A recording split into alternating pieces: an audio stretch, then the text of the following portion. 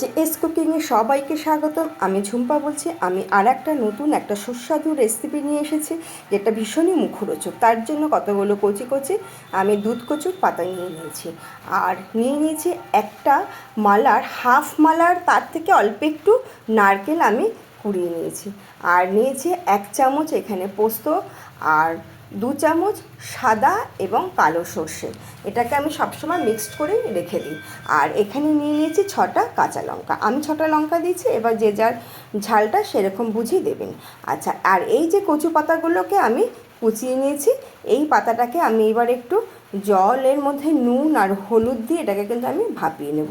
কচু পাতা সবসময় একটু ভাপ দিয়ে নিলে কি হয়, কচুর যে কষটা বেরিয়ে যায় এবং গলা চুলকানোর ব্যাপার থাকে সেটা কিন্তু আর চুলকাবে না। যদিও দুধ কচুতে গলা সেরকম চুলকায় না, তবুও আমি সেটাকে একটুখানি ভাপ দিয়ে নেব। ভাপ দিয়ে নিয়ে এটাকে আমি তারপরে আমি জলটাকে ঝরিয়ে দেবো। এই যে রেসিপিটা অসম্ভব একটা সুস্বাদু একটা রেসিপি, যেটা নাকি গরম ভাতের সঙ্গে খুব ভালো লাগে। এবার আমার এই পাতাটা কিন্তু প্রায় সিদ্ধ হয়ে গেছে, ঢাকা দিয়ে দিলাম, সিদ্ধ হয়ে গেছে। এইবার এটাকে কিন্তু আমি একদমই জল ঝরিয়ে দেবো। নতুন এবং পুরনো বন্ধু প্রত্যেককেই বলবো, যারা আমার রেসিপিটা দেখছেন প্রথম থেকে শেষ পর্যন্ত দেখার অনুরোধ রইল। আর যদি ভালো লাগে অবশ্যই লাইক, কমেন্ট এবং সাবস্ক্রাইব করবেন, এবং যারা নতুন বন্ধু তারা সাবস্ক্রাইব করে পাশে থাকা বেল আইকনটি প্রেস করে দেবেন, যাতে নতুন নতুন রেসিপিগুলো আপনার কাছে সবার প্রথমে পৌঁছে যায়। আচ্ছা, আমার কিন্তু এইটা জলটা কিন্তু আমি একদমই ঝরিয়ে নিলাম। হ্যাঁ, এটা বেশ কিছুক্ষণ আমি 5 মিনিটের মতো রেখে দেবো জল ঝরানোর জন্য। তারপরে আমি এটাকে জলটা ঝরিয়ে নিয়ে তারপরে আমি একটা কড়াই বসিয়ে দিলাম। এবং যেহেতু এটা কচু পাতার চিংড়ি মাছ দিয়ে আমি করব, সেই কারণে আমি সর্ষের তেলেই রান্নাটা করব। আমি কড়াইয়ের মধ্যে আমি সর্ষের তেল দিয়ে দিলাম। তেলটা গরম হওয়ার সঙ্গে সঙ্গে আমি প্রায় 1 চামচ মতো কালো জিরে দিলাম। দিয়ে এবার বেশ কিছুটা চিংড়ি মাছ আগে থেকে ধুয়ে নুন হলুদ মাখিয়ে রেখে দিয়েছিলাম, সেটাকে আমি এর মধ্যে আমি দিয়ে দিলাম। দিয়ে এটাকে আমি একটুখানি নাড়াচাড়া করে সাঁতলে নিয়ে তারপরে যে কচু পাতাটাকে আমি জল ঝরিয়ে রেখেছিলাম সেটাকে আমি এর মধ্যে আমি দিয়ে দেবো। দিয়ে এটাকে একটুখানি আমি নাড়াচাড়া করব।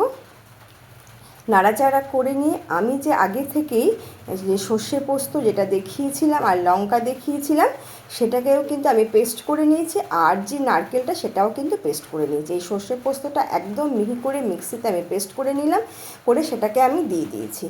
দিয়ে এটাকে আমি একটু নাড়াবো, এটাকে একটু নাড়াচাড়া করে দেবো। আর যে নারকেলটা আছে ওটাকেও আমি একটু পেস্ট করে নিয়েছি। তাতে কি হয়, পেস্ট করে নিলে রান্নাটা খুব স্মুথ হয়। আচ্ছা, আমি নারকেল কোড়াটাও আমি এর মধ্যে আমি দিয়ে দিলাম।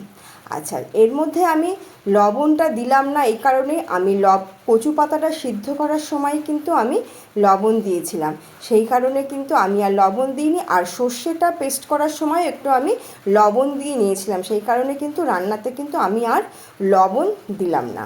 আর এই রান্নাটা একটা ঝাল ঝাল রান্না, তার জন্য এখানে মিষ্টির ব্যবহার আমি করব না।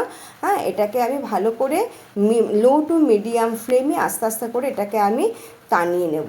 এটাকে একটু শুকনো শুকনো এটাকে করতে হবে, না হলে কিন্তু এটার স্বাদটা ভালো লাগবে না। একদম লো টু মিডিয়াম ফ্লেমে এটা আস্তে আস্তে এটাকে আমি পুরো শুকিয়ে ফেলেছি। আমার কিন্তু রান্নাটা হয়ে গেছে। এইবার এটাকে আমি সার্ভ করে দিলেই ব্যাস আমার হয়ে যাবে, এবং গরম গরম ভাতের সঙ্গে ভীষণ ভালো লাগে। অবশ্যই আপনারা এই রেসিপিটা বাড়িতে বানাবেন, দেখবেন কত সুন্দর একটা সুস্বাদু রেসিপি।